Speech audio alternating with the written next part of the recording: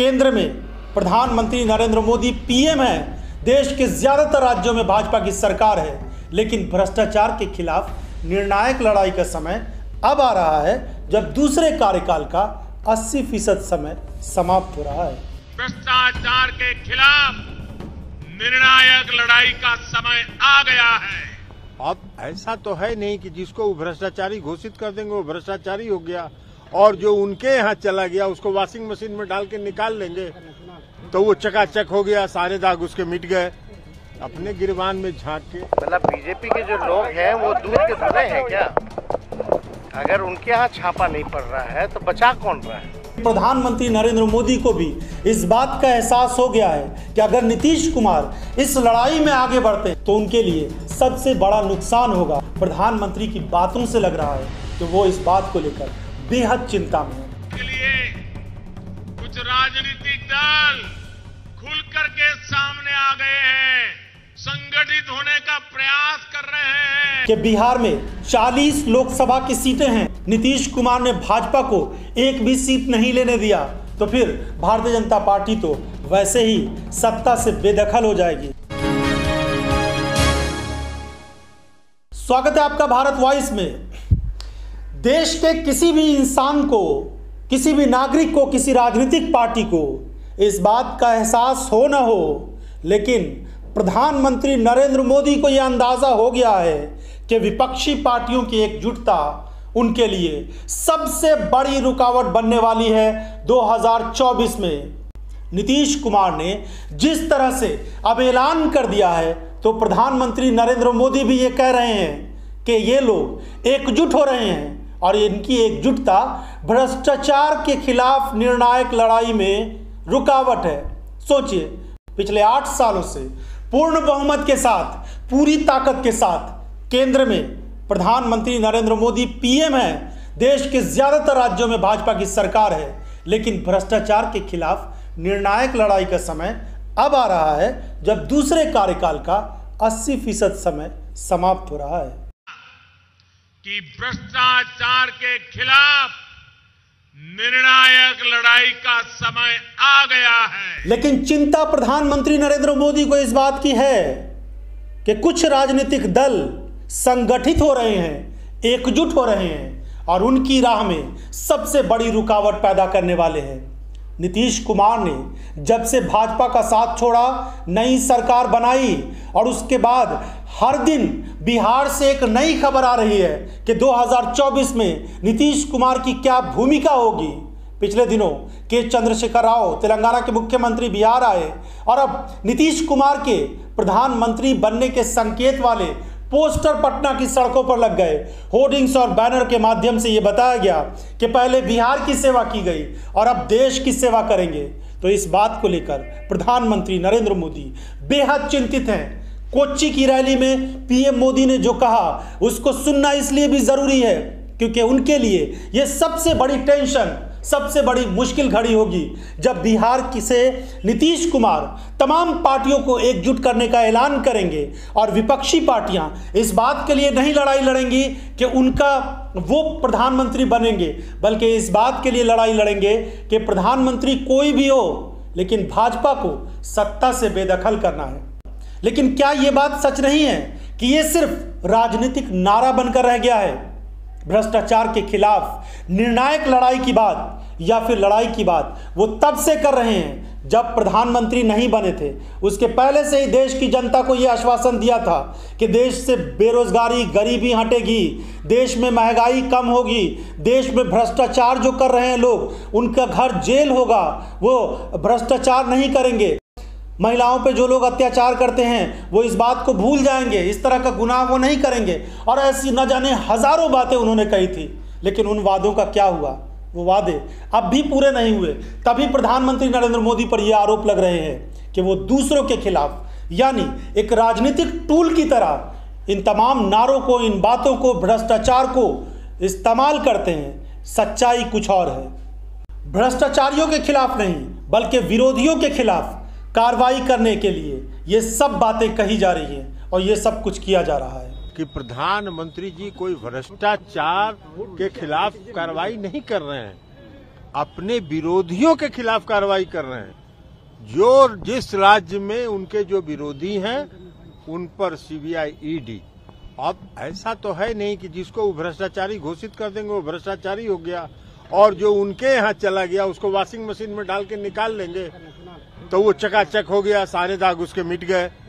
अपने गिरबान में झांक के भारतीय जनता पार्टी देखे कितने भ्रष्टाचारी लोग उनकी पार्टी के अंदर हैं। तभी तो तेजस्वी यादव की बातों में दम है कि 1000 से ज्यादा विधायक हैं भारतीय जनता पार्टी के, 300 से ज्यादा सांसद हैं बीजेपी के, लेकिन इनमें से किसी के खिलाफ कोई कार्रवाई नहीं होती। विरोधियों के खिलाफ, विपक्षियों के खिलाफ और जो भाजपा से किसी तरह से जुड़ा हुआ नहीं है उनके खिलाफ खूब कार्रवाई होती है। लगभग 1000 से ऊपर बीजेपी के विधायक हैं, 300 से भी ज्यादा सांसद हैं। किसी एक के घर भी छापा पड़ा? क्यों नहीं छापा पड़ता, आप बताइए ना। बीजेपी वालों के क्यों नहीं छापा पड़ता है? आपको क्या लगता है? कोई बचाता होगा? देखने वाली बात है, दिल्ली के उपराज्यपाल विनय कुमार सक्सेना पर भ्रष्टाचार के आरोप लग रहे हैं। खादी ग्राम उद्योग में अध्यक्ष रहते हुए उन्होंने गड़बड़ियां की, भ्रष्टाचार किया। आम आदमी पार्टी पिछले कई दिनों से इस मुद्दे को लेकर सवाल कर रही है, सरकार से कह रही है, केंद्र सरकार से, कि इस मामले की जांच करवाइए क्योंकि ये एक गंभीर मामला है। लेकिन इसके खिलाफ जांच हो पाएगी या नहीं होगी, या फिर ये सिर्फ आरोप प्रत्यारोप बनकर रह जाएगा, ये किसी को नहीं मालूम। विनय कुमार सक्सेना जी जो इस समय दिल्ली के उपराज्यपाल हैं और इससे पहले khadi village industries commission KVIC के चेयरमैन थे, उन्होंने अपने केवीआईसी के चेयरमैन के पद का दुरुपयोग करते हुए, मिसयूज करते हुए अपनी सुपुत्री शिवांगी सक्सेना को मुंबई में बनने वाला खादी प्रीमियर लाउंज डिजाइन करने का कॉन्ट्रैक्ट दिया। भ्रष्टाचार कोई भी कर सकता है, चाहे वो सत्ता पक्ष का हो, विरोधी दल का हो, या फिर कोई आम आदमी हो या फिर खास आदमी, लेकिन जरूरी है कि भ्रष्टाचारियों के खिलाफ कार्रवाई होनी चाहिए। लेकिन विपक्ष के नेताओं का यह आरोप है कि भारतीय जनता पार्टी सेलेक्टिव तरीके से कुछ खास लोगों के खिलाफ ये नारे देती है कि भ्रष्टाचार के खिलाफ कार्रवाई होगी।